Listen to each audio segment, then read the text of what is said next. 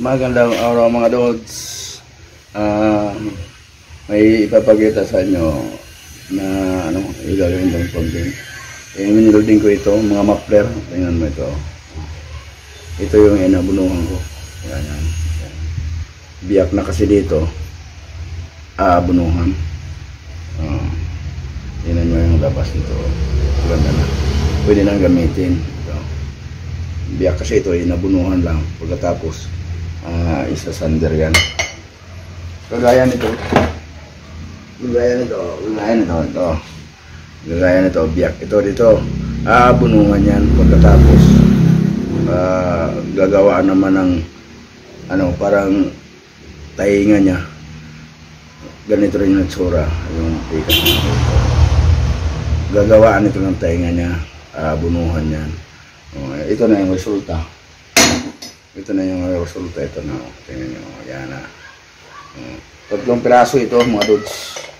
3 piraso. Tingnan nyo. 3 piraso yan. 3 piraso yung inabunuhan ko. Kasi minsan kasi may nabali dito na nabali na yung tambutso. Minsan, laro, wala kalsikan. Handyan yung pwede pa. Ay, papakita ko. Pagpili lang kayo nito kung saan sa inyo. Kaya medyo walang pera, maka-laser sila, maka-laser. Yung maka-laser na ninyo, kung walang pera, mahirap mga yun ang panahon. Kaya nga, ang ginagawa natin, diskarte na lang, puro diskarte.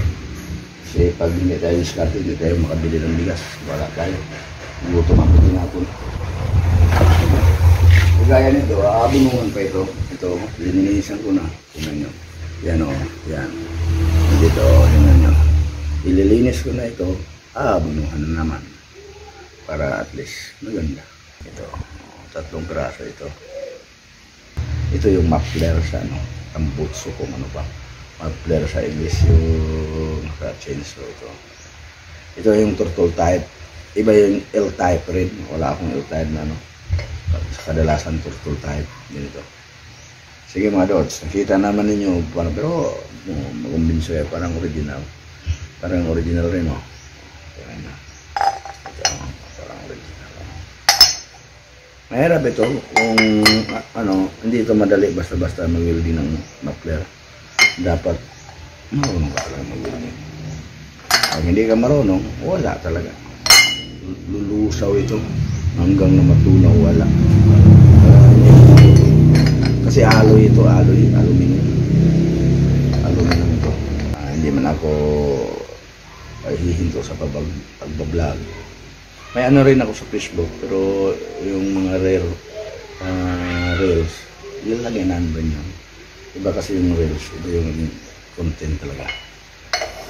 May rin ako sa Facebook. Baka sabihin mo, huminto na ako sa pagbablog ko, hindi. Patuloy ako na magbablog. Hindi ko. May pa nga, hindi pa yung marami na akong naload pero hindi pa na kasi yun ng pamangkin ko, ina-edit. Sabi ko, wag mo nang editin, diretso na tayo para wala nang edit, no filter na. Ang sabi niya, gusto niya maganda daw yung may edit. Mas mabuti kung maganda. Okay mga Dods, na natin ito patatagalin. Bye-bye muna. Bye-bye.